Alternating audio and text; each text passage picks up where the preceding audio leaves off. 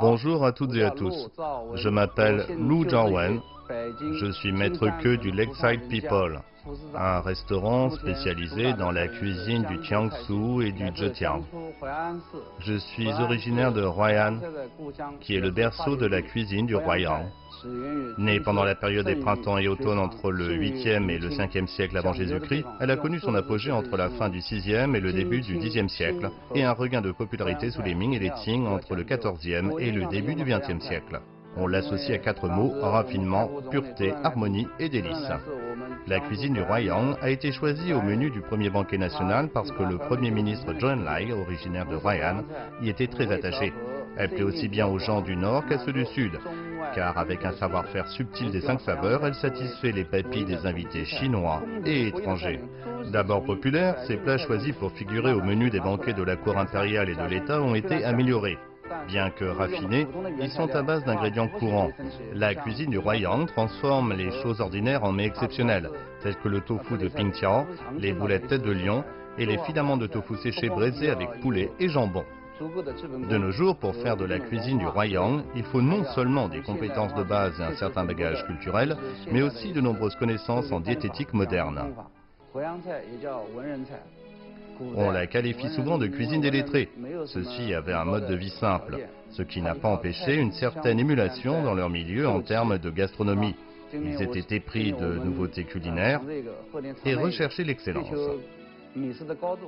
Ils ont d'ailleurs écrit de nombreuses poésies à ce sujet. Aujourd'hui, je vais vous présenter 3 plats typiques des provinces du Jiangsu et du Zhejiang. Le crabe ivre, le poulet à l'alcool de riz et le riz frit de Yangzhou. Le crabe ivre est un plat du sud de la Chine réputé depuis longtemps. Concernant les crabes, il faut savoir choisir la saison en fonction du sexe de l'animal. C'est à partir de septembre que les femelles sont les meilleures. Mais il vaut mieux attendre octobre pour les mâles. Le deuxième plat sera le poulet à l'alcool de riz. Ce dernier est un ingrédient indispensable. Le plus populaire est l'alcool Huadiao, qui a une histoire millénaire. L'alcool de riz, le vin et la bière sont connus pour être les 3 plus vieux alcools du monde. Pour finir, nous aurons un grand classique appelé à l'origine riz frit assorti de Yangzhou.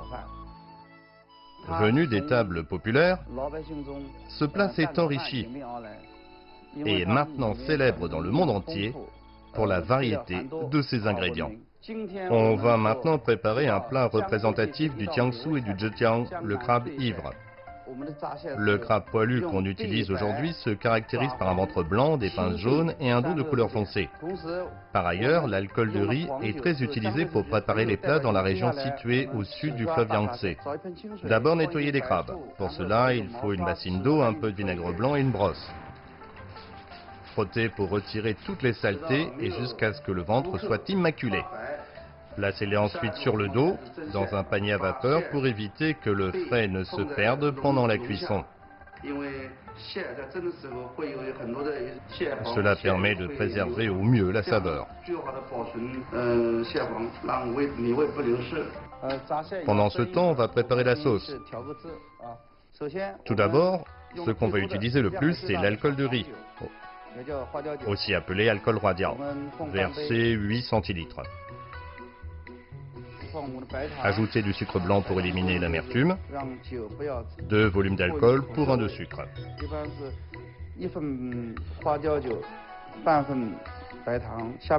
Ensuite, mettez des filaments de gingembre.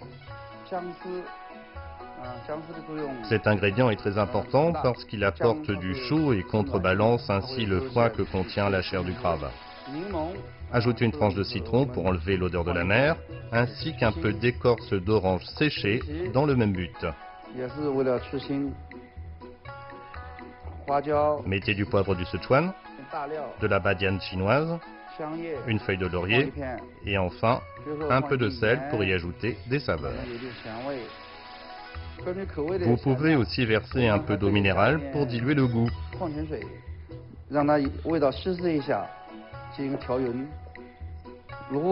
Si la couleur est trop claire, vous pouvez mettre un peu de sauce soja, qui permet en même temps de rehausser les saveurs. La sauce est prête, revenons à nos crabes. C'est bon. Enlevez les ficelles et placez les crabes dans la sauce que vous venez de préparer.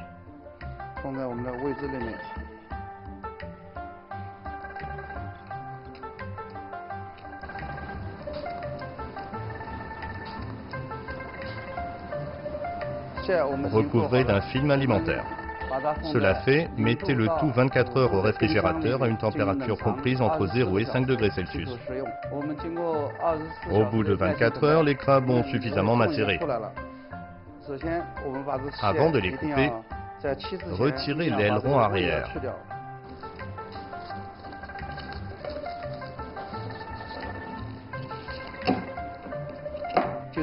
Voilà.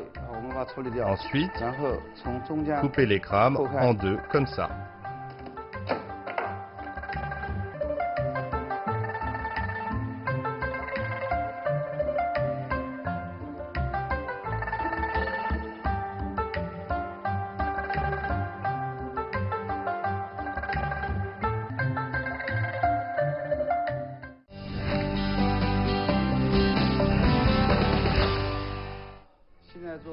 On va maintenant préparer le deuxième plat, à savoir le poulet à l'alcool de riz.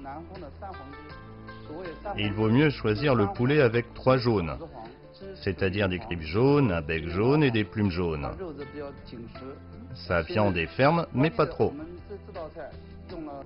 Nous aurons encore besoin d'alcool, dont le plus célèbre est celui de Shaoxing, avec une histoire plurimillénaire. L'arôme de cet alcool joue un rôle clé dans ce plat.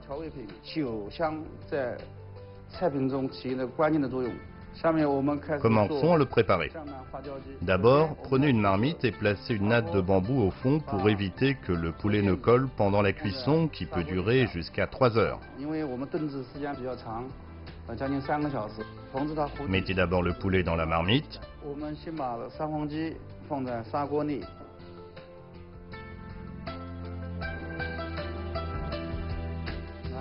Puis les autres ingrédients. Des badianes chinoises, de la cannelle, des champignons shiitake, des tranches de pied de porc,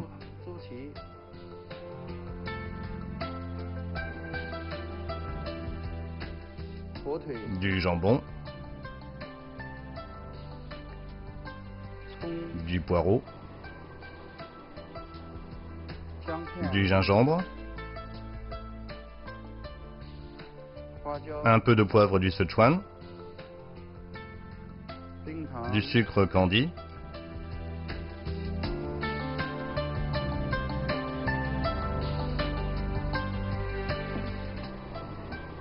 un bol de sauce soja,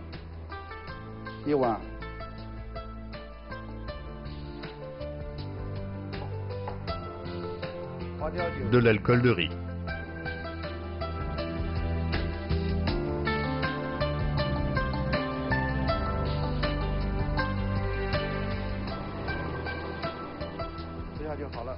Bon, on peut maintenant faire mijoter. Couvrir la marmite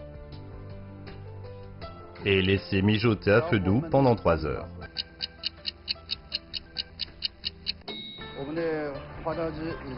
C'est prêt. Ce plat se caractérise par le parfum pénétrant de l'alcool de riz.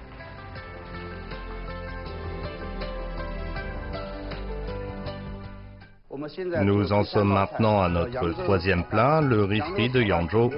Il se caractérise par la variété de ses ingrédients, à savoir des ormeaux, du concombre de mer, du jambon, des pétoncles séchés, des crevettes décortiquées, des champignons, du poulet et des pousses de bambou. Il faut aussi des œufs. C'est très important de bien les choisir. Nous avons ici des œufs de poule élevés en plein air qui se caractérisent par leur couleur dorée. Commencez par émincer les ingrédients.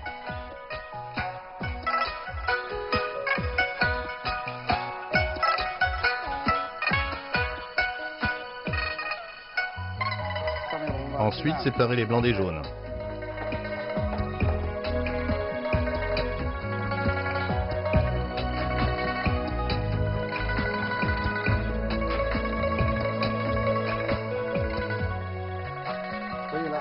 C'est fait.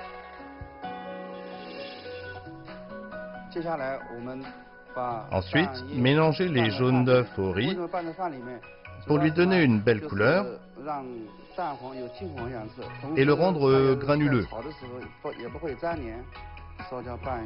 Mélangez bien. Le riz qu'on utilise aujourd'hui est typique du Sud avec ses grains allongés.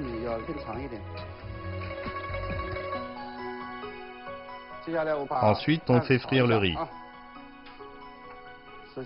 Tout d'abord, versez un peu d'huile. Quand la température atteint 150 degrés, faites frire les blancs d'œufs.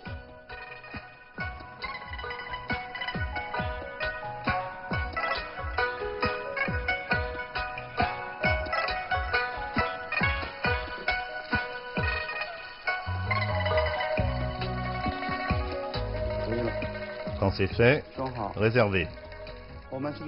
C'est ensuite au tour du jambon. Faites sauter pendant un certain temps.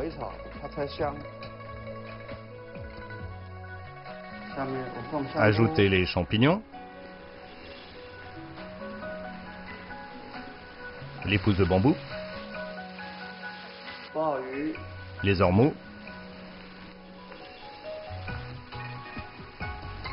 les concombres de mer, la viande de poulet, les pétoncles séchés et les crevettes. Pour les crevettes, il les faut en plus grosse proportion. Après, c'est au tour de l'assaisonnement.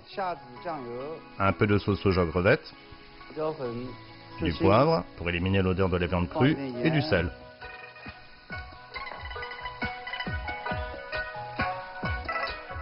Ensuite, ajoutez le riz.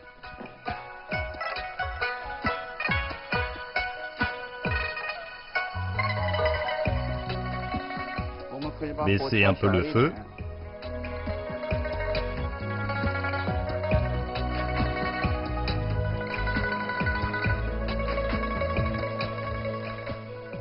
Mettez des petits pois et n'oubliez pas les blancs d'œufs.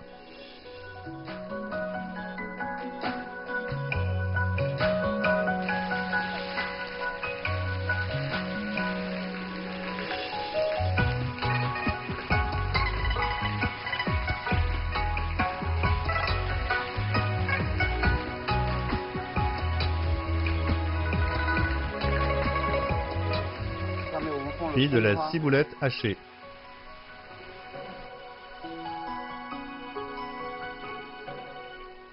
Enfin et surtout, versez une cuillerée de bouillon de poulet pour que les grains de riz en absorbent complètement l'arôme.